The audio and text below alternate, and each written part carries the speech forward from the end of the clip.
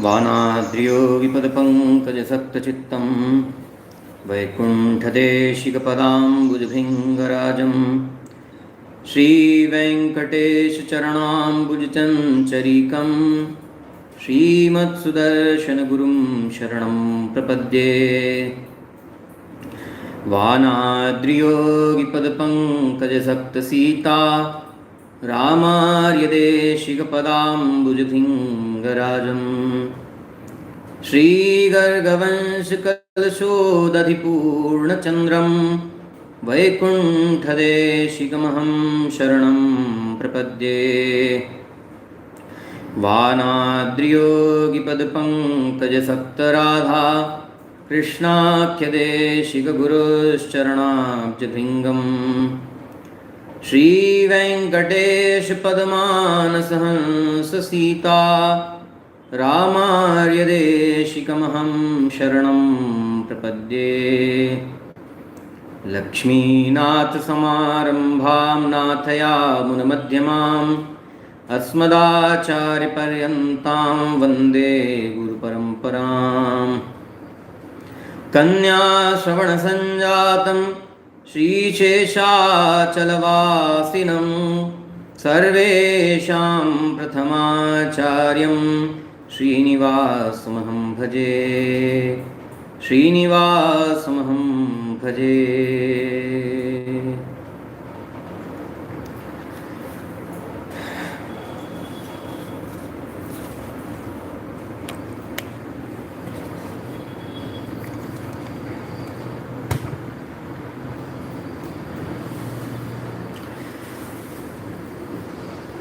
अस्मद्गुरुभ्यो नमः। श्रीमते रामानुजाय नमः। जय श्रीमन्नारायण।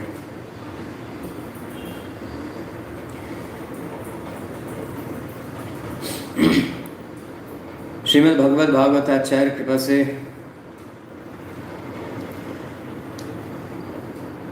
आलवारों का गुणानुस्मरण करने का आज 5वां दिवस। श्री भक्तिसार स्वामी जी का चरित्र कल हम लोग स्मरण कर रहे थे और श्री भक्तिसार स्वामी जी के प्रसंग से यह जाना कि भगवत दास चरणाश्रित की भगवान के प्रति अनन्य निष्ठा कैसी होनी चाहिए। इसी बात को श्री भक्तिसार स्वामी जी ने अन्य लीला चरित्रों से भी समझाया है।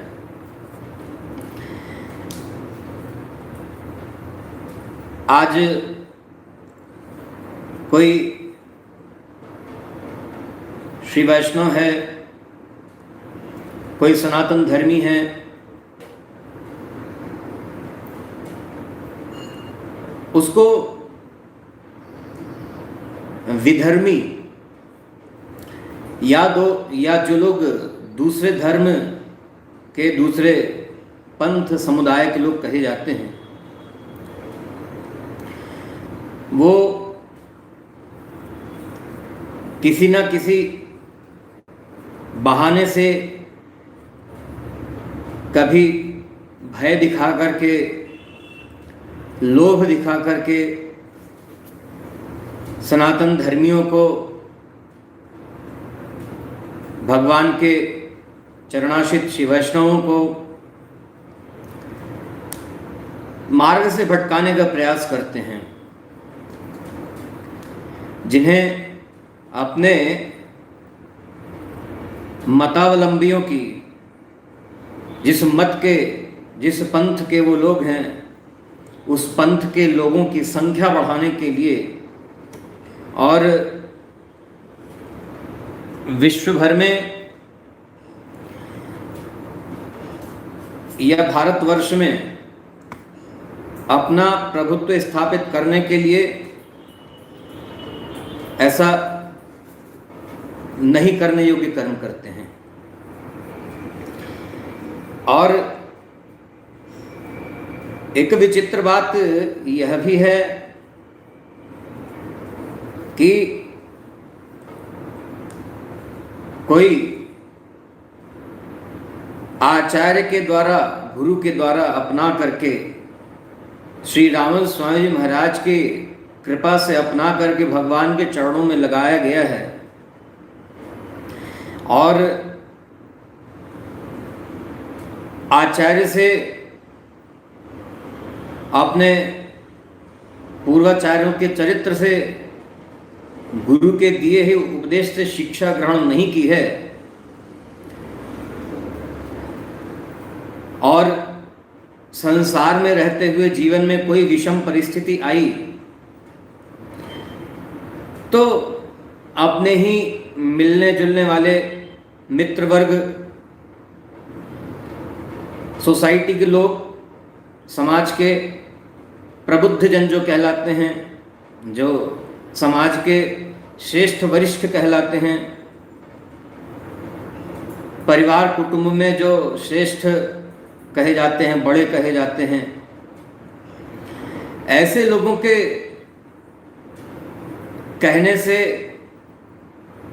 जो वैष्णव हैं वो भी कभी कभी मार्ग भटक जाया करते हैं। गुरुजनों से ठीक से शिक्षा ग्रहण नहीं की है, वैष्णव स्वरूप को ठीक से नहीं समझा है, वैष्णव का स्वरूपानुष्ठान, जीवनचर्या कैसी हो इस बात को ठीक से नहीं जाना है,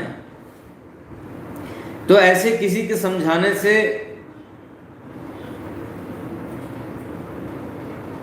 देवतांतर में, उपायांतर में, फलांतर, मंत्रांतर में, प्रयोजनांतर में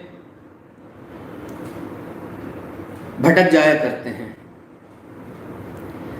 और ऐसे ही कुछ लोग भगवान के प्रति, अपने गुरु के प्रति अनन्यनिष्ठ न होकर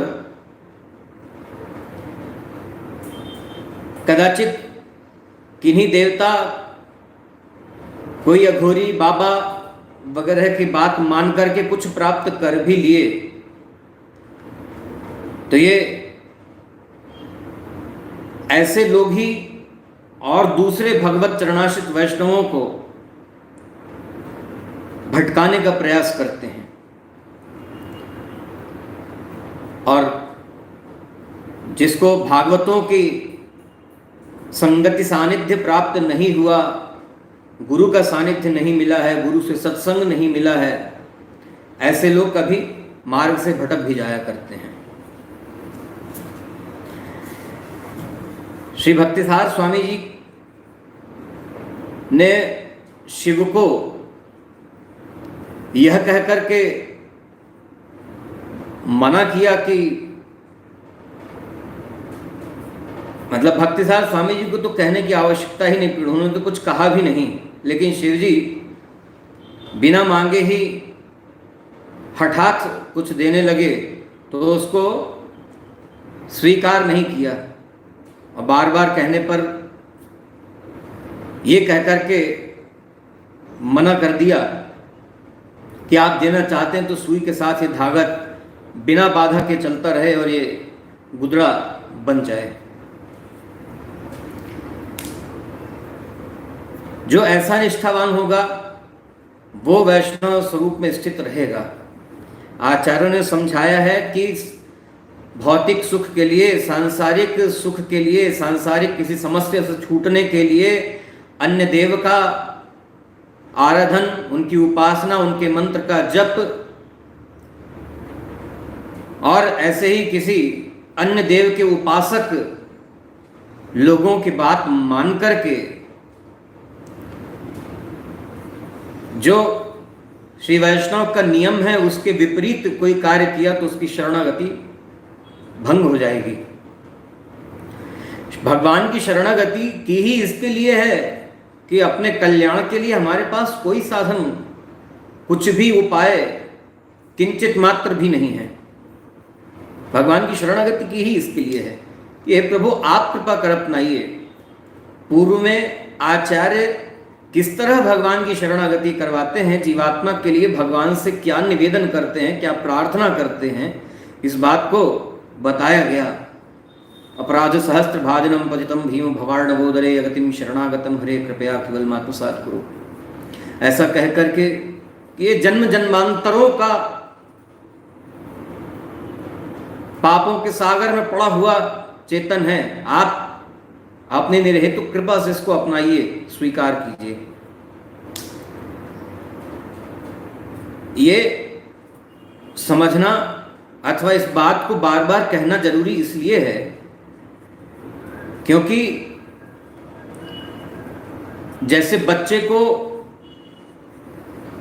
शिक्षा प्रदान की गई तो एक अक्षर को बार बार बताया गया, आकार के विषय में इस तरह लिखा जाता है, ये आकार है, और उसमें एक और आ की मात्रा लगी तो आ हो गया। ऐसे अक्षर ज्ञान कराया गया, वर्णमाला पढ़ाई गई, अल्फाबेट्स पढ़ाए गए, ABCD और पूरे Z तक अक्षर ज्ञान कराया गया। जिस भाषा को पढ़ना चाहता उस भाषा का, हिंदी का, इंग्लिश का, और जिस भाषा को पढ़ना चाहता है या पढ़ाना चाहता है उसका अभिभावक उसको, शिक्षक पढ़ाना चाहता है तो बार बार बताया गया ये इस अक्षर को इस प्रकार बोला जाता है, इस प्रकार लिखा जाता है। ऐसे अक्षरों को पढ़ पढ़ कर एक बार में नहीं होता, बार बार पढ़ना पड़ता है। अक्षरों को मिला करके शब्द बनाना सीखा, शब्दों को मिला करके वाक्य, और फिर वाक्यों को पढ़ पढ़ करके पूरी पुस्तक को पढ़ता है। लेकिन ये एक बार के प्रयास से नहीं होता, इसलिए बार बार अभ्यास करने की जरूरत है, और इसीलिए इस बात को बार बार कहा और सुना और पढ़ा जाना चाहिए, और इसका चिंतन मनन किया जाना चाहिए। चिंतन इस बात पर करें कि वैष्णव स्वरूप के विषय में जो शिक्षा दी गई है, जो समझाया गया है, वो किस लिए है। भगवान की शरणागति की है, और किसी विषम परिस्थिति में अपना सुख चाहते हुए किसी अन्य देव से प्रार्थना की, उनसे कुछ मांगा, तो शरणागति भंग किस प्रकार होती है इसका उदाहरण हमारे पूर्वाचार्यों ने दिया है। हनुमान जी को मेघनाद ने बांध लिया कब? जब सीता जी का पता लगाने के लिए हनुमान जी लंका में गए थे, वाटिका विध्वंस कर दिया, बहुत से दैत्य असुर मारे गए हनुमान जी के द्वारा, पकड़ करके बंधक बनाना चाहते थे, कोई सफलित नहीं हुआ। मेघनाद आकर के हनुमान जी को नागपाश में बांध करके ले गया, अथवा जिन भी देवता का वह पाश था, बंधन था, उसमें बांध करके ले गया। हनुमान जी चले गए, रावण के सामने उपस्थित किया गया राज्यसभा में, और जब दिव्य शक्ति से मेघनाद ने बांध लिया, वस्तुतः हनुमान जी को बांधा जाना संभव नहीं था, लेकिन भगवान के दी हुई शक्ति जो इन देवताओं के पास है, जिस देवता के बंधन से, जिस देवता की शक्ति से हनुमान जी को बांधा गया, तो वस्तुतः भगवान की उस देने के गुण का सम्मान करते हुए कि भगवान ने उनको, उन देवताओं को शक्ति प्रदान की है, तो उन देवताओं का मान रह जाए। और फिर हनुमान जी रावण को और अन्य असुरों को यह भी बताना चाहते हैं कि भगवान के चरणाश्रित के ऊपर किसी दुष्ट शक्ति का प्रभाव तो हो ही नहीं सकता है, और भगवान के चरणाश्रित जो है उसको किसी प्रकार का किसी से भी भय भी नहीं होता, उसको भयभीत होने की जरूरत नहीं है। हनुमान जी ने शिक्षा भी दी है हमको। लेकिन जो दूसरी शिक्षा इस प्रसंग से यह मिल रही है कि भगवान की शरणागति भवबंधन से छूटने के लिए की गई है, तो इसके लिए कोई और उपाय यदि करें और भवसागर में रहते हुए भी संसार की किसी सुख सामग्री को प्राप्त करने के लिए, संसार के किसी दुख से छूटने के लिए यदि अन्य उपाय को करने लगें तो क्या हानि हो जाएगी।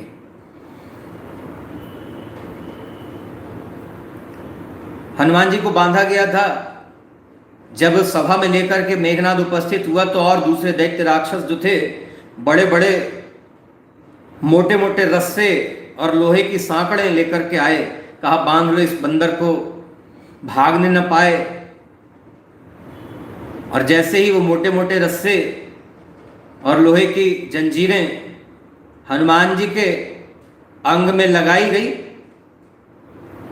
वह जो नागपाश था वह छोड़ करके अलग हो गया हनुमान जी को, क्योंकि वो किसी और अपने साथ में किसी और बंधन, किसी और शक्ति को सहता नहीं है। अब इसके पहले तो और शक्तियों से प्रयास कर ही चुके थे सब दैत्य असुर, लेकिन हनुमान जी उससे बंधे। ऐसे ही भगवान की शरणागति है।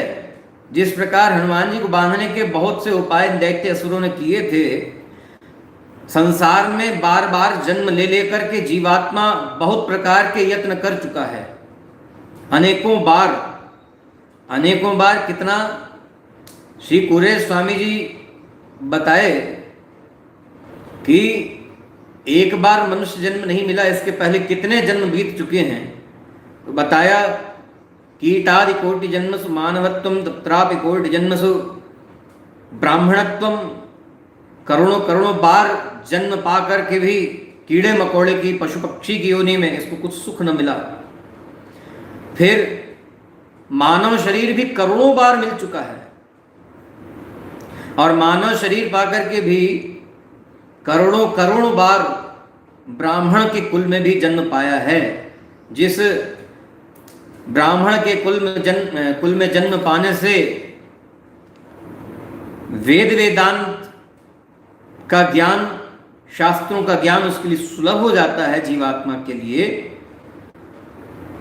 क्योंकि ब्राह्मण को भगवान ने जो अधिकार दिया हुआ है, उस अधिकार से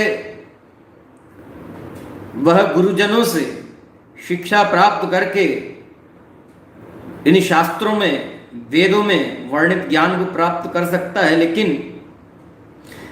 सब ज्ञान के सार स्वरूप, वेद वेदांत के ज्ञान के सार स्वरूप यदि भगवान की शरणागति नहीं किया, वैष्णव नहीं बना, तो इसका कल्याण नहीं हो सका है। और वैष्णव भी कैसा बनना जरूरी है,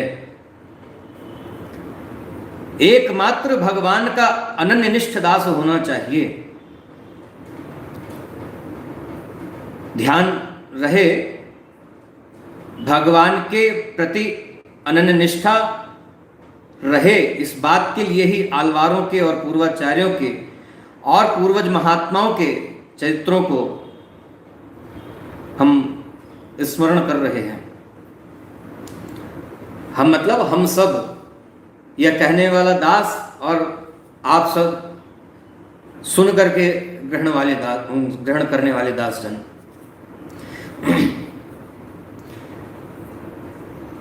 तो जैसे वह दिव्यास्त्र हनुमान जी को छोड़ करके अलग हो गया, ऐसे ही भगवान की शरणागति भी किसी अन्य साधन को, अन्य उपाय को नहीं सहती है। तो फिर कितना सावधान होने की जरूरत है। यदि ऐसे करोड़ों करोड़ों बार कीड़े मकोड़े, पशु पक्षी का जन्म पा करके फिर मनुष्य शरीर भी करोड़ों बार मिला, फिर ब्राह्मण शरीर भी मिला, उसके बाद कह रहे हैं ब्राह्मण शरीर के बाद तत्रापि कोटि जन्म तो वैष्णवत्वम, वैष्णव भी करोड़ों बार बन चुका है। फिर कहा तत्रापि कोटि जन्मसु मत्परत्वम, मतलब एकमात्र मेरा ही बन करके रहे, मत परत्व का अर्थ है मेरा ही बन करके जो रहे, भगवान के वचनों को श्री पूज्य स्वामी जी बता रहे हैं। किस प्रकार जो भगवान ने समझाया है श्रीमद् भगवद गीता में, मन मना भव मद भक्तो मद्याजी माम नमस्कुरु, मेरे में मन वाला हो, मेरा ही भक्त हो, मद्याजी मेरा यजन करे। तो इससे भगवान ने बता दिया कि मन वचन कर्म सब तरह से भगवान का दास हो। ऐसा नहीं मुख से कहता हो हम वैष्णव हैं, इससे बात नहीं बनेगी। कहता है हम वैष्णव हैं और मन में अन्य देवों के प्रति भी निष्ठा है, तो वो वैष्णव कहलाने योग्य नहीं है। क्यों? वो फिर भगवान का दास कहां रहा? वो तो कई देवताओं का, भगवान का, ऐसे सबका दास बन रहा है। और यह तो सामान्यतया बच्चों को भी सिखाया जाता है कि अभी केवल पढ़ाई पर ध्यान दो, तुम्हें किसी और बात की चिंता करने की जरूरत नहीं है। तुम्हारे सब लालन पालन पोषण, तुम्हारे सुख का प्रबंध, तुम्हारे शिक्षा प्राप्त करने का, विद्या अध्ययन का, तुम्हारी स्टडीज का सारा प्रबंध करना हमारी जिम्मेदारी है। माता पिता समझाते हैं बच्चे को, तुम पढ़ने के समय केवल पढ़ाई करो, खेलना भी मत करो। अभी टीवी पर, मोबाइल पर समय व्यतीत मत करो, केवल एक जगह ध्यान केंद्रित करने की तुम्हें आवश्यकता है। और किसी बच्चे का ध्यान यदि एक जगह केंद्रित नहीं होता तो इसके लिए बहुत से प्रयास करते हैं, कंसंट्रेशन कैसे बढ़ाया जाए बच्चे का, इस बात के लिए प्रयास करते हैं, कोशिश करते हैं। ऐसे ही भगवान का चरणाश्रित श्री वैष्णव जो हो गया, वो एकमात्र भगवान का ही दास बन करके क्यों रहे? क्योंकि मन इधर उधर यदि जाएगा, अन्य देवों की उपासना में लगेगा, तो फिर भगवान के प्रति जैसा प्रेम होना चाहिए वह नहीं रहेगा। जैसे बच्चे को कहते हैं कि तुम यदि केवल पढ़ने में मन नहीं लगाओगे तो जो पढ़कर सीखना चाहिए तुमको, वो ठीक तरह से सीख नहीं सकोगे। जैसे नौकरी करने वाले किसी व्यक्ति को नौकरी ज्वाइन कराने के पहले यह कहा जाता है, उसकी शर्तों में होता है कि इस संस्था में जब तक कार्यरत हैं, इस ऑर्गेनाइजेशन में, इस इंस्टीट्यूशन में जब तक हैं, तब तक केवल यहीं के लिए कार्य करेंगे, किसी और के लिए कार्य नहीं करेंगे। क्योंकि वह व्यक्ति यदि दो चार अलग अलग कामों को करता है तो मन और दिमाग को कहां कहां केंद्रित करेगा, कहां कहां लगाएगा। ऐसे ही किराने से संबंधित व्यवसाय, व्यापार करने वाले व्यक्ति को केवल उसमें ध्यान लगाने की जरूरत है। मतलब उस दुकान में जिन वस्तुओं का व्यापार वह व्यक्ति कर सकता है, एक ही जगह एक व्यक्ति बैठ करके बहुत सी वस्तुओं का व्यवसाय कर ले, उनको बेच ले, ऐसा संभव तो नहीं। कोई कपड़े का व्यापारी है, वो साग भाजी भी, कपड़े के व्यापार के साथ में साग भाजी का व्यापार भी करे, हीरे मोती का भी व्यापार करे, अनाज का भी व्यापार करे, ये संभव नहीं। हाँ, आज जो लोग कर रहे हैं उसके लिए अलग अलग कर्मचारी नियुक्त किए गए हैं, लेकिन भगवान के चरणाश्रित के पास, उस जीवात्मा के पास मन एक है, बुद्धि एक है, शरीर एक है, तो मन और बुद्धि को कहां कहां लगाएगा। इसलिए जिस समय जो कार्य करने को कहा गया उस समय उसी कार्य को करना है। वैसे ही भगवान के चरणाश्रित को एकमात्र भगवान में ही ध्यान लगा करके रखना, एकमात्र भगवान के ही नामों का गुणगान करना, एकमात्र भगवान के नामों को ही गाना, एकमात्र भगवान के गुणों को ही गाना, एकमात्र भगवान का ही दर्शन करना, ये समझाया गया है। नान्यं च पूजयेत् देवं न नमेन्न स्मरेन्न च न च पश्येन्न गायेत् च न च निंदेत कदाचन। अन्य देवों का नाम श्रवण नहीं करना, उनका पूजन नहीं करना, नान्मंच पूजे देवम, न नमेन, नमन भी नहीं करना, स्मरण च, कुछ लोग पूछा करते हैं। भगवान के दास रहे और अन्य देव को हाथ जोड़ लिया, नमन कर लिया, तो क्या हानि है? वस्तुतः यह विषय बार बार सुना गया है, लेकिन फिर सुनने की जरूरत है। जैसे घर को साफ रखने के लिए रोज झाड़ू पोछा लगाते हैं, और नहीं, यदि साफ सफाई नहीं रखेंगे तो जिन दीवारों पर रोज सफाई नहीं होती, उन दीवारों पर भी तो धूल जम जाया करती, गंदगी लग जाया करती। उस समय से उसको भी साफ करते हैं। जब पेंट करने की, व्हाइट वॉश करने की जरूरत पड़ती तो वो भी करते हैं। ऐसे ही हमें भी अपने आचरण, अपने ज्ञान, इन सब पर पड़ी हुई धूल को साफ करने के लिए इन बातों को श्रवण करना, पढ़ना, जानना बार बार जरूरी है, इसलिए करना चाहिए। तो ये मना क्यों किया गया है? जिसके सामने हाथ जोड़ा जाएगा, देखिए कुछ लोग कहा करते हैं कि भगवान और देवता सब समान हैं। ऐसा नहीं है।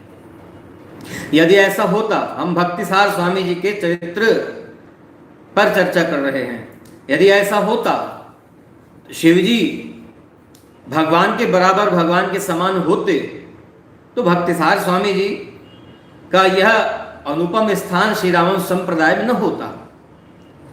यदि देवता भगवान के बराबर होते तो पूर्वाचार्यों के, आलवारों के द्वारा बार बार यह कथन न किया जाता कि भगवान एकमात्र लक्ष्मीपति नारायण ही हैं। यदि भगवान और देवता बराबर होते और भगवान और देवताओं को हाथ जोड़ना, सिर झुकाना, प्रणाम करना यदि समान होता, भगवान की और देवताओं की स्तुति करना, उनकी उपासना करना यदि एक समान होता, एक जैसा होता, बराबर होता, तो भगवान श्रीमद् भगवद गीता में माम एव ये प्रपद्यन्ते माया मेताम तरन्ते ये नहीं कहते। मुझे ही जो भजता है, माम एव, एव शब्द का अर्थ है ही, मुझे ही जो भजता है वो माया से छूट जाता है। माया मेताम तरन्ते,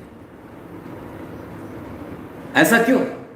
भगवान क्यों कहते इस बात को? और भगवान की बात को तो मानना ही पड़ेगा, क्योंकि भगवान से ही वेद प्रकट हुए हैं, भगवान ही प्रकट किया है वेदों को। और पुराणों में भी जो बात समझाई गई है, सात्विक पुराणों में जो बात समझाई गई है, उसी बात को मान करके, उसी मार्ग पर चल करके ही तो सबका कल्याण हुआ है। फिर कुछ लोग शंका किया करते हैं कि संसार में रहते हुए तो यहां बहुत चीजों की आवश्यकता है ही, जरूरत है ही, तो वो तो मांगना तो पड़ेगा, उसके बिना कैसे चलेगा? तो भगवान सब कुछ देने वाले हैं। तो भगवान ने जब कहा अनन्यास चिंतयन्तो माम ये जनाः परिउपासते तेषां नित्याभियुक्तानां योगक्षेमं वहाम्यहम्, तो भगवान केवल नित्य धाम में स्वयं के प्राप्त होने की बात नहीं कह रहे हैं। भगवान कह रहे हैं मनुष्य को, अर्थात जीवात्मा को, यह जो मनुष्य देह प्राप्त हुआ, इस देह से संबंधित जो कुछ यहाँ प्राप्त हुआ है, घर, मकान, पत्नी, पुत्र, परिवार आदि, ये सब कुछ चलाने के लिए, इन सब का निर्वाह करने के लिए जो कुछ आवश्यकता है, जो व्यवस्थाएं करनी है, वह सब कुछ मैं करता हूं। जीवात्मा को मात्र कर्म करने की आवश्यकता है, मेरी सेवा स्वरूप। तो फिर कहां चिंता? फिर किस बात की चिंता है? हाँ, थोड़ा कम अधिक ये सब चलता रहेगा, और ये सब ना हो इसी के लिए तो किसी के साथ अनाचार, दुष्ट कर्म, दोषयुक्त कर्म किसी के साथ न किया जाए, ये समझाया तो गया। ये शिक्षा सबके लिए तो दी गई है, और वैष्णवों के लिए भी कहा गया है। कलिवारीदास स्वामी जी से श्री वेदांती स्वामी जी ने पूछा था कि ये कब मानना चाहिए, किसी जीवात्मा को कब मानना चाहिए कि मैं वैष्णव हूं। ये उस बात का भी समाधान है जो अभी थोड़ी देर पहले कहा कि लोग कहा करते हम वैष्णव हैं, लेकिन अन्य देवों की उपासना, वैष्णव मर्यादा नियम के विपरीत आचरण, इसमें वैष्णव मर्यादा नियम के विपरीत सभी बातें जो जो कही गई वो सब आ गई इसमें। ऐसा आचरण, ऐसा व्यवहार करते हैं तो इसमें सब कुछ आ गया। वेदांती स्वामी जी ने पूछा कि जीवात्मा कब यह माने कि मैं वैष्णव हूं। तो श्री कलिवारीदास स्वामी जी ने उत्तर दिया कि जब भगवान के ऐश्वर्य को और भागवतों के अर्थात भगवान के जो दास हैं उनके वैभव को, उनके ऐश्वर्य को, उनके मान सम्मान को, उनकी प्रतिष्ठा को बढ़ते देख करके यदि मन में क्लेश न हो, कष्ट न हो, दुख न हो, किसी भागवत की, किसी भगवत चरणाशित की प्रशंसा होती हो, कोई भागवत परस्पर में यदि किन्हीं भागवत की प्रशंसा करते हो, उनकी बड़ाई करते हो, किसी का सम्मान करते हो और इसको देख करके मन में यदि विकार ना आवे, दुख न हो, तकलीफ न हो, तभी जानना चाहिए अपने आप को वैष्णव। यह समझने की बात है। ये कब होगा? जब भगवान के दास इस प्रकार बनकर के रहेंगे जैसे बताया। और मन में संतोष इसी बात से रह सकता है कि हमारे लिए जो कुछ भगवान ने अनुकूल जाना है, भगवान के तरफ से जो हमारे लिए ठीक है, उचित है, वह हमको मिल गया, इसी बात से संतोष हो सकता है। और नहीं तो सारे ब्रह्मांड का राज्य भी मिल जाए, सारे ब्रह्मांड की संपदा मिल जाए तो भी संतोष नहीं होने वाला है। बाकी संसार की सुख सामग्रियों की बात तो क्या करना। संसार की सुख सामग्रियों की कामना इच्छा से ही तो अन्य देवों की उपासना करता है, तो उसकी वैष्णवता भंग हो जाती है। यही बात समझाई जा रही है। किस प्रकार जैसे संसार चक्र से छूटने के लिए शरणागति कर ली, हनुमान जी को बांधने के लिए जिस शक्ति का प्रयोग किया गया था, अन्य दूसरी शक्ति का प्रयोग किया तो वह शक्ति छोड़ करके अलग हो गई। ऐसे ही भगवान की शरणागति करने वाले को अन्य उपाय करने से भगवान की शरणागति भंग हो जाती है। अब अन्य उपाय में बात यह है कि अन्य देव को यदि हाथ जोड़ लिया, सिर झुका लिया, नमन कर लिया तो क्या हानि है। तो जिसके सामने हाथ जोड़ा जाता है, जिसको सर झुकाया जाता है, जिसको प्रणाम किया जाता है, उसके प्रति सम्मान श्रद्धा की भावना होती ही है। सम्मान श्रद्धा की भावना तो वैसे भी है। हम अपने परिवार, अपने पिता माता के अलावा किसी और को प्रणाम यदि नहीं करते हैं तो रास्ते से चल करके जाते हर एक व्यक्ति को प्रणाम करें, तो फिर सम्मान की भावना तो यह कहती है कि रुक करके 2 क्षण उनसे कुशल क्षेम भी पूछना चाहिए, उनसे कुछ वार्ता भी करनी चाहिए। करेंगे? कोई कर सकता है? एक रास्ते पर चलने वाले बहुत व्यक्ति हैं, हर एक से कुशल क्षेम पूछते हुए, उनको अपना प्रेम प्रदर्शित करते हुए, उनको अपना सम्मान प्रदर्शित करते हुए चलते रहेंगे तो लक्ष्य तक नहीं पहुंच सकेंगे।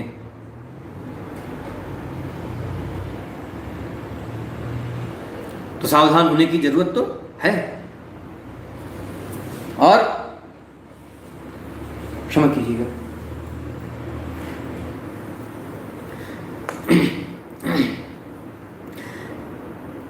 यदि लक्ष्य तक नहीं पहुंचे तो फिर रास्ते पे चलना श्रम मात्र रह जाएगा। ऐसे सबका सम्मान करना श्रम मात्र रह जाएगा। और फिर सबसे बड़ी बात यह है कि देवताओं से जो कुछ प्राप्त होने वाला है वह इस संसार में ही भोगना पड़ेगा, इस संसार में ही भोगना पड़ेगा। चाहे ब्रह्मा से कुछ प्राप्त हो, चाहे शिव से कुछ प्राप्त हो, किसी देवी से कुछ प्राप्त हो, किसी देवता से कुछ प्राप्त हो, वह सब इसी संसार में ही भोग सकते हैं। और इस संसार की सीमा देवताओं के लोकों तक है। ब्रह्मा के लोक से भी ऊपर 50 करोड़ योजन में फैला हुआ यह ब्रह्मांड है, और ऐसे अनंत ब्रह्मांड हैं। तो संसार की सीमा तो इतनी बड़ी है, कहां तक चलेगा, कहां तक श्रम करता रहेगा, कहां तक इसी तरह मेहनत करता रहेगा।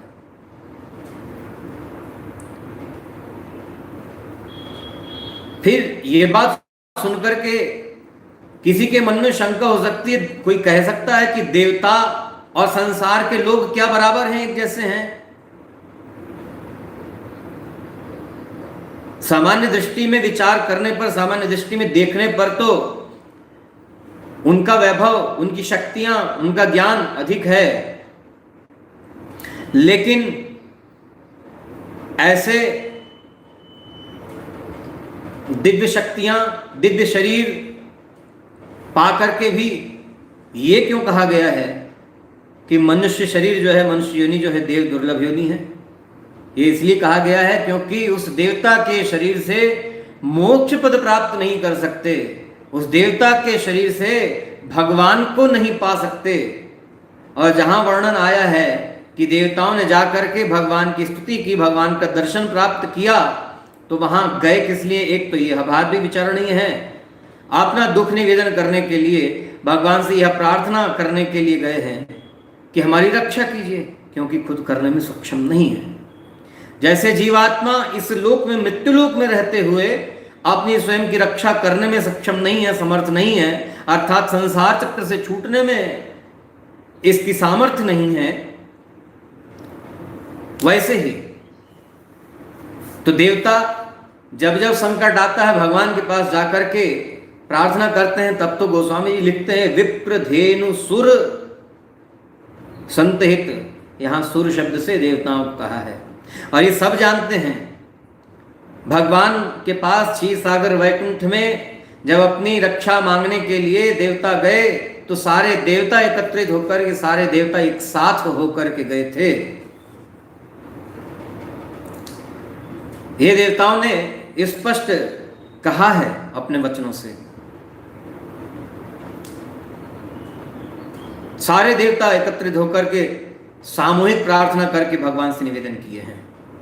तो एक तो इसके लिए जाते हैं कि स्वयं सक्षम नहीं है इसलिए, दूसरा उनको भोग योनि प्राप्त हुई है, तो संसार का ही कुछ भोग, जैसे कोई व्यक्ति किसी झोपड़ी में रहता है और पुरुषार्थ करके, शरीर से श्रम करके धन एकत्रित किया और 4 कमरे का मकान बना लिया, और भगवान की कृपा से अपने बुद्धि विवेक का, अपने शरीर की शक्ति का, अपने धन आदि का उपयोग करके और अधिक धनवान सामर्थ्यवान बन गया है, तो रहने के लिए बड़ी सी कोठी बना ली और उसमें कई सारे नौकर चाकर तमाम सुख सुविधाओं के साथ निवास करता है और इस शरीर से सुख भोगता है। ऐसे ही है किसी मनुष्य जन्म में उन जीवात्माओं ने जो देवता के पद को प्राप्त किए हैं, वो उस पद को प्राप्त करने का पुरुषार्थ किए हैं। जैसे यहां कोई धनवान बनने के लिए पुरुषार्थ करता, मेहनत करता है शरीर से, उस पुरुषार्थ किए, उस कर्म को किए हैं, तो उस पद को प्राप्त कर लिए।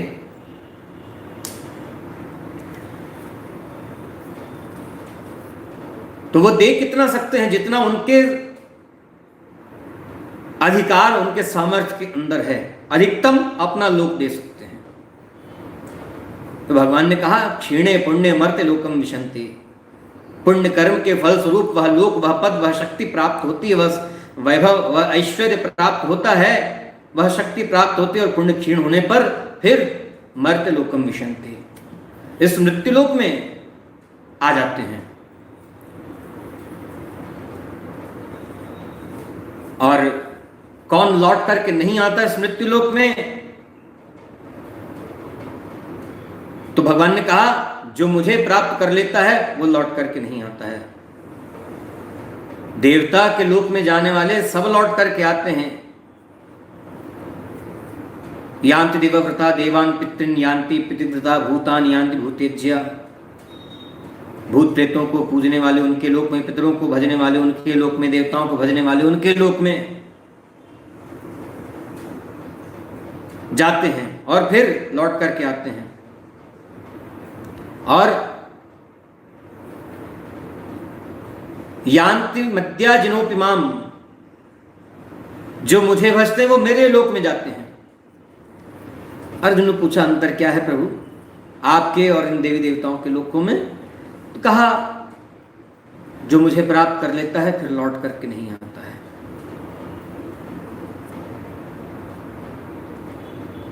मामुपेत्य तो कौनते पुनर्जन्म न विद्यते, वो फिर जन्म ग्रहण नहीं करता है।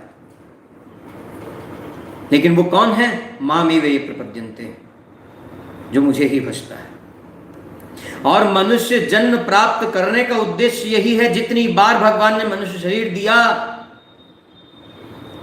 चाहे मनुष्य के शरीर में ब्राह्मण कुल में जन्मा हो, वैश्य कुल में जन्मा हो, क्षत्रिय कुल में जन्मा हो, शूद्र कुल में जन्मा हो, किसी भी कुल में, किसी भी वर्ण में, किसी भी जाति में जन्मा हो, हर बार मनुष्य शरीर दिया भगवान ने इसी के लिए है कि भगवान को प्राप्त कर ले, संसार चक्र से छूट जाए। समय व्यतीत हो रहा है, किन्हीं को शायद चिंता हो रही होगी भक्तिसार स्वामी जी का चरित्र कहाँ आया इसमें। भक्तिसार स्वामी जी के चरित्र पर ही बात हो रही है। भक्तिसार स्वामी जी ने शिव जी से कुछ ग्रहण नहीं किया ना, ऐसे ही एक सिद्ध, भगवान की सृष्टि में अनेक श्रेणियां हैं। जीवात्मा कोई देवता का पद प्राप्त किया है, कोई सिद्ध हुआ है, कोई गंधर्व हुआ है, कोई यक्ष हुआ है, कोई किन्नर हुआ है, कोई राक्षस हुआ है, कोई मनुष्य हुआ है। ऐसे अनेक श्रेणियां हैं सृष्टि में, बहुत प्रकार की। मनुष्य शरीर में भी बहुत सी श्रेणी है और मनुष्य के अलावा भी बहुत सी श्रेणी है। ये सब देवता, यक्ष, राक्षस, गंधर्व, ऐसे ही सिद्ध पुरुष। तो एक सिद्ध पुरुष बाघ पर सवार होकर के चलता था, बाघ पर सवार होकर के चला जा रहा था। भक्तिसार स्वामी जी जहां विराजे थे, भक्तिसार स्वामी जी का दिव्य तेज फैल रहा था। तो भक्तिसार स्वामी जी जहां विराजे थे, उनके तेज के ऊपर से वह बाघ सिद्ध को अपने पीठ पर बिठा करके आगे नहीं बढ़ सका, वहीं रुक गया, उसकी गति रुक गई। वो उतर करके आया, भक्तिसार स्वामी जी को कहा ये गुदड़ा ओढ़ रखे हैं, हम आपको एक दिव्य वस्त्र दिए देते हैं, लीजिए, इसको लीजिए और सुखी होइए। एक दिव्य वस्त्र दे दिया। उस दिव्य वस्त्र को भक्तिसार स्वामी जी ग्रहण नहीं किया। क्यों? संसार में रहने के लिए जो कुछ आवश्यक है, इस शरीर के लिए जितना जरूरी है उतना भगवान की कृपा से प्राप्त है, अधिक संग्रह करके करेंगे क्या? और फिर शरीर की सुख सुविधाओं के लिए जितने साधन, जितना जो कुछ इकट्ठा किया जाए, सबको संभालने में समय व्यतीत होता है। ये सब योगींद्र, मुनींद्र, ये महात्मा जन इसलिए अधिक संग्रह ही नहीं करते थे। जितना आवश्यक है उतना ग्रहण करते थे। भिक्षा मांग करके जीवन चल रहा है, केवल दूध का आहार लेकर के जीवन व्यतीत हो रहा है, केवल फल का आहार लेकर के, केवल जल पी करके जीवन व्यतीत हो रहा है। शरीर पर एक वस्त्र धारण करना मात्र, इससे जीवन चल रहा है, तो और अधिक क्या आवश्यकता? ऐसे ये सब ये महात्मा जन केवल इसलिए किया करते थे कि अधिक से अधिक समय भगवान के मुखोल्लास में व्यतीत कर सकें, अधिक से अधिक समय भगवान की सेवा में, भगवान के गुणानुसंधान में लगा सकें।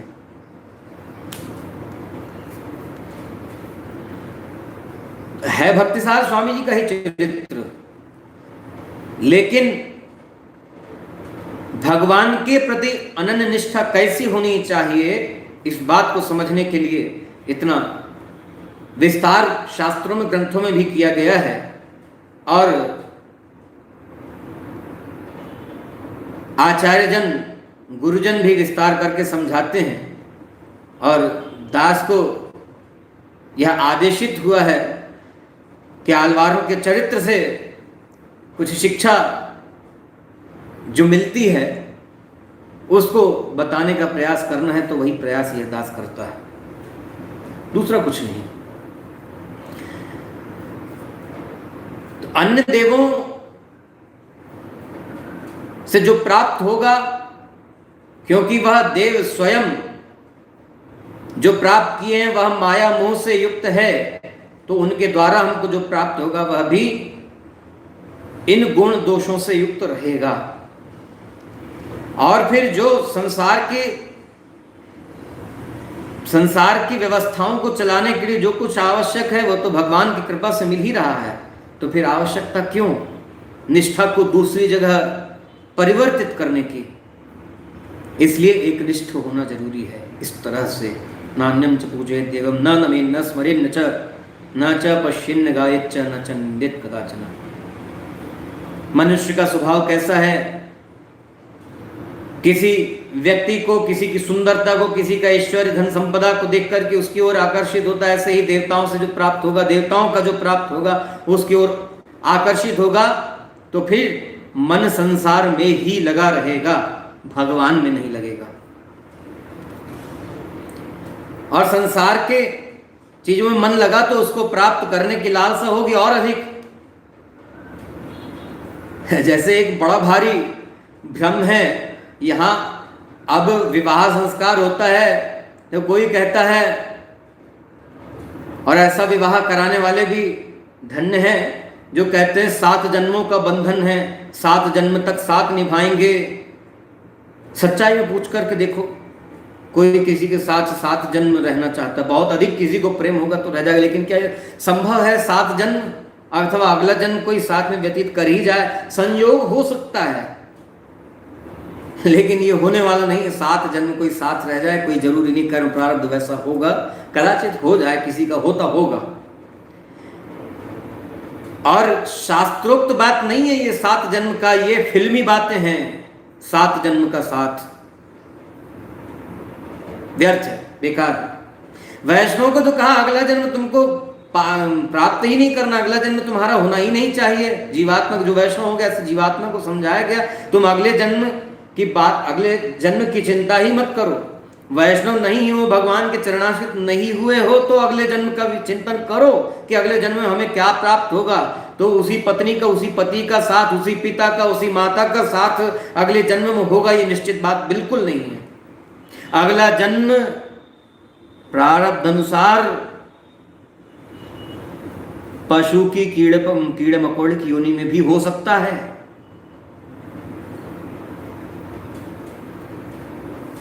तो फिर वह अच्छा लगेगा, उस शरीर में है, अच्छा लगता होगा। लेकिन मनुष्य को भगवान ने शरीर देख करके बुद्धि विवेक भी दिया है। इस बुद्धि विवेक से तो दिखाई देता है कि शूकर कुकर की योनि, कीड़े मकोड़े की योनि, जो पैर के नीचे दब करके कष्ट पाता है, जो जिस मच्छर को रोज बेगन और हिट स्प्रे करके ऑल आउट चला करके जिन मच्छरों को मार देते हैं, उन मच्छरों को कुछ सुख होता होगा। उसके सुख की क्या कोई चिंता करे और क्या कोई उसके सुख को समझे, जाने? नहीं। उससे तो यही, मनुष्य के बुद्धि विवेक से तो यही समझ में आता है कि उसको सुख नहीं है और उससे हमको सुख नहीं है। फिर मच्छर काटता तो दुख ही तो होता है। तो कैसे माना जाए? अगला जन्म मनुष्य का शरीर में ही मिलेगा, इस बात की गारंटी। जहां कहा गया कीटादि कोटि जन्मसु मानवत्वम, तो ये थोड़ी कहा है कि करोड़ों बार लगातार मनुष्य का शरीर मिला है ना। मनुष्य जन्म पा करके, श्रेष्ठ योनि में जन्म पा करके यदि पाप कर्म किया है तो दुख कीड़े मकोड़े की योनि में जाकर के भोगना पड़ेगा। दुख मनुष्य के शरीर से भी भोगना पड़ेगा। जिसको बहुत विपन्नता में, शरीर से किसी तरह का अभाव है, किसी और तरह की तकलीफ है, ये सब हम सबको जिस किसी तरह का दुख है, ये कर्मों का फल ही तो है, और क्या। तो फिर किस बात से निश्चिंत होगा? करोड़ों बार जो मनुष्य जन्म पा चुका है, उन करोड़ों मनुष्य जन्मों में देवी देवताओं को भजता पूजता रहा है, लेकिन क्या मोक्ष पद मिला? नहीं। अब तक संसार में बैठे हैं, यही तो इस बात का प्रमाण है। और भक्तिसार स्वामी जी के चरित्र से, इन आलवारों के पूर्वाचार्यों के चरित्र से, भगवान के प्रेमी महात्माओं के चरित्र से कुछ शिक्षा ले ली, कुछ सीख लिया, तो इन्हीं के कृपा पुरस्कार से ही मोक्ष मिल जाएगा, तो फिर अगला जन्म न होगा। इसलिए इस बात से सावधान होने की जरूरत है कि अन्य देवता को पूजने से, क्योंकि संसार में रहते हुए जिस व्यक्ति को रोज प्रणाम करते हैं उसके प्रति श्रद्धा भाव होता है।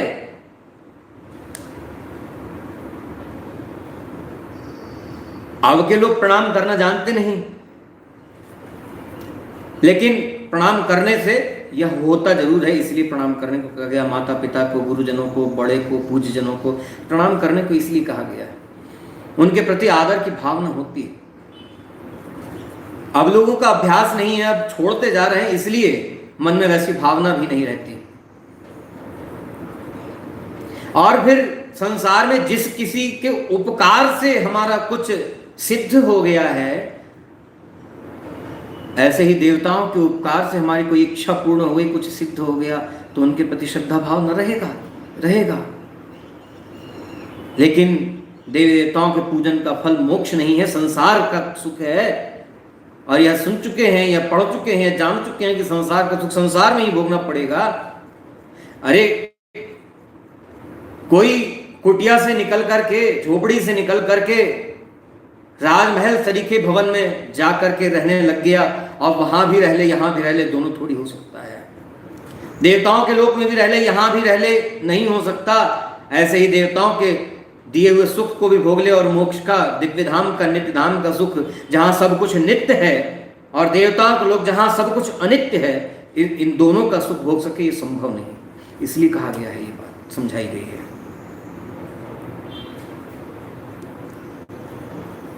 तो भक्तिसार स्वामी जी ने उस बाघ पर चलने वाले सिद्ध से भी कुछ स्वीकार नहीं किया, दिव्य वस्त्र दिया। तो भक्तिसार स्वामी जी ने अपने संकल्प मात्र से, मतलब अपनी इच्छा मात्र से, उस दिव्य वस्त्र को और दिव्य बना दिया। उसमें रत्न आभूषण जटित हो गए, रत्न आभूषणों से जटित सुंदर वस्त्र बन गया।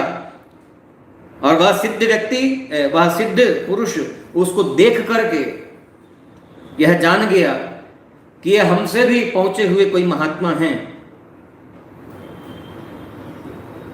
और लौट करके चला गया, अपने उस दिव्य वस्त्र को लेकर के चला गया। भक्तिसार स्वामी जी के चरित्र से हमको यही शिक्षा ग्रहण करनी है। तो जो ये विचार किया करते हैं कि संसार में रहते हुए इन सब भौतिक चीजों की जरूरत तो है, और इसके लिए कुछ तो करना पड़ेगा। अरे कुछ क्या करना पड़ेगा? जो कर्म हमारी योग्यता अनुसार हमको प्राप्त है, वह किया जाए।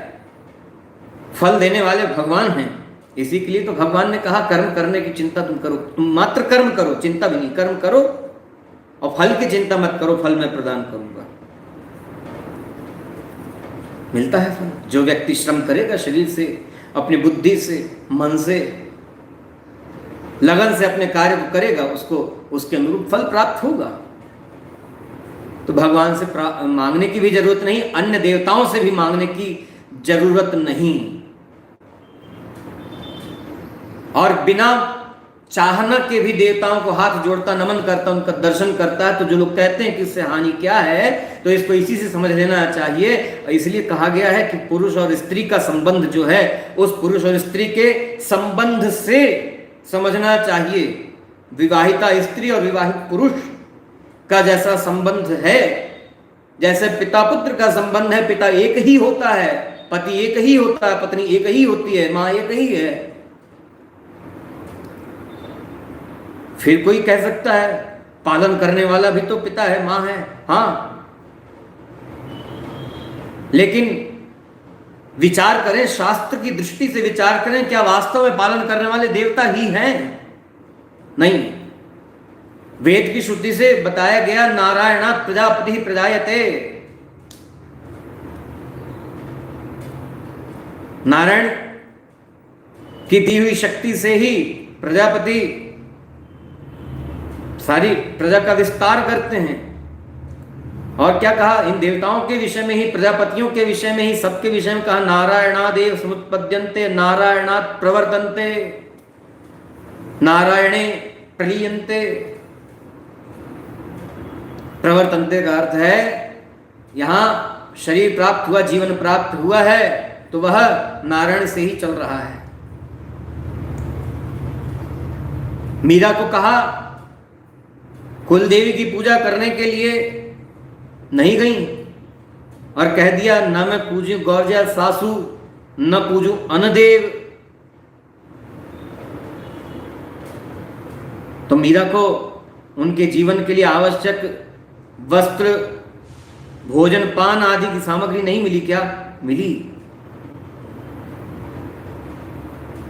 सूरदास, तुलसीदास, इन महात्माओं के चरित्र, भक्तिसार स्वामी जी का, महादेवगी स्वामी जी और आगे अन्य महात्माओं के जिन आलवार पूर्वाचार्यों के चरित्र आगे आएंगे, उनको नहीं मिला कि ये विचार करना चाहिए। और ये विचार करेंगे तो भगवान के चरणों में अनन्य प्रेम और उसमें अधिक प्रगाढ़ता आएगी। भगवान की कृपा से, श्री राम स्वामी जी महाराज और आचार्य की कृपा से। सुदामा भी तो कुछ नहीं था, लेकिन सुदामा उस स्थिति में भी अपनी निष्ठा को गंवाए नहीं, किसी अन्य देव को प्रणाम आदि नहीं किया और न भगवान से मांगा। तो भगवान ने क्या दिया? अब ये सुनकर की इच्छा ये नहीं करनी चाहिए कि भगवान के वैभव ऐश्वर्य से अधिक हमको कुछ मिलेगा, अथवा हम जो चाहते हैं वो हमको मिल जाए, भगवान हमको दे दें। चाहने की जरूरत नहीं, भगवान बिना चाहे सब कुछ देंगे। जैसे सुदामा जी को दिया, नहीं चाहते थे फिर भी सब कुछ दिया, तो सुदामा फिर बाद में भी वैसे ही होकर के रहे। ये आगे अन्य चरित्रों में भी आएगा। बहुत से ऐसे आचार्य हैं जो पहले राजा थे, चक्रवर्ती नरेश थे, भगवान में प्रेम हुआ तो ऐसे प्रेमी हो गए भगवान के कि फिर कुछ और चाहना की ही नहीं, किसी और चीज की इच्छा हुई ही नहीं। और भगवान में जिसका ऐसा अनन्य प्रेम अनुराग हो जाता है, उसको किसी चीज की इच्छा होती भी नहीं है। फिर भगवान के अलावा कुछ और भाता नहीं, कुछ और सुहाता नहीं है। तो भक्तिसार स्वामी जी ऐसे ही हुए हैं। इन सब देवताओं से, सिद्धों से, किसी और से कुछ प्राप्त होने वाली चीजों के प्रति कोई लिप्सा नहीं, कोई कामना नहीं, कुछ अपेक्षा नहीं। बस सर्वदा हर तरह से भगवान का सेवन कैंकर है और कुछ भी नहीं। इसलिए वैष्णव को अनन्यनिष्ठ अकिंचन दास बनना जरूरी है भगवान का। कई लोग कहा करते हैं अन्य देवताओं का पूजन भी भगवान का पूजन है। नहीं, किसी अन्य व्यक्ति की उपासना से अपने पिता की उपासना, कोई अपने पिता की पूजा नहीं कर सकता है। किसी और को प्रणाम कर लिया, अपने पिता को प्रणाम कर लिया, ऐसी एक बात नहीं रहेगी। क्यों? यदि ये शंका है कि वह सब बराबर हैं, समान हैं, तो पूर्व में कही हुई बातों से और शास्त्रों में निर्दिष्ट बातों से यह समाधान कर लेना चाहिए, बराबर नहीं है। और फिर करने वाला तो यही जीवात्मा, यही मनुष्य होगा ना। जैसे निंदा किसी पुरुष के लिए पर स्त्री से प्रेम लगाने में उसकी निंदा की गई है, किसी स्त्री के लिए पर पुरुष से प्रेम लगाने में उसकी निंदा की गई है, अपने कर्म को छोड़कर के किसी और के कर्म को करने की अपने अधिकार, अपने प्रारब्ध अनुसार धन वैभव संपदा जो कुछ प्राप्त है उससे अधिक किसी और के अधिकार को छीनने की जैसे निंदा की गई है, वैसे ही कहा गया है शास्त्र में कि वैष्णव का अधिकार केवल और केवल भगवान की प्रसन्नता के लिए, भगवान की सेवा, भगवान की उपासना, भगवान से ही प्रार्थना निवेदन। किन बातों का? भगवान से, भगवान की सेवा और भगवान के दर्शन, भगवान के मुखोल्लास मात्र के लिए प्रार्थना निवेदन किया जाना चाहिए और किसी बात के लिए याचना नहीं, किसी बात के लिए प्रार्थना नहीं। तो जैसे अपने अधिकार के विरुद्ध किसी और के अधिकार की चीजों की चाहना करना गलत कहा गया, ऐसे ही वैष्णव का अधिकार एकमात्र भगवान की आराधन, भगवान के पूजन, भगवान की सेवा में है। और इससे यदि अतिरिक्त किसी अन्य देव की उपासना, किसी अन्य देव की दी हुई वस्तु का सुख भोगने की चाहना यदि है तो इसको भी शास्त्र में निंदित ही कहा गया है। इसलिए इन महात्माओं के, आधारों के, पूर्वाचार्यों के चरित्र से हम शिक्षा ग्रहण करें और भगवान के अनन्य, अकिंचन, एकनिष्ठ चरणाश्रित दास बन करके रहें, तभी भगवान वैसे प्राप्त हो सकेंगे जैसे इन पूर्वाचार्यों को, इन महात्माओं को इस संसार में इसी शरीर से प्राप्त हुए, इन्हीं नेत्रों से दिखाई दिए, इन्हीं मन, बुद्धि और ज्ञानेंद्रियों से, कर्मेंद्रियों से भगवान का अनुभव प्राप्त हुआ। इन महात्माओं को वैसे हमको भी प्राप्त होगा। इसलिए इन महात्माओं के चरित्र का अनुसंधान करना चाहिए। श्री भक्तिसार स्वामी जी के चरित्र का शेष भाग कल पुनः प्रातः 11 बजे। तब तक भक्तिसार स्वामी जी के चरित्र का चिंतन, मनन, स्मरण करते रहिए और उसका लाभ लेते रहिए। जय श्री नारायण।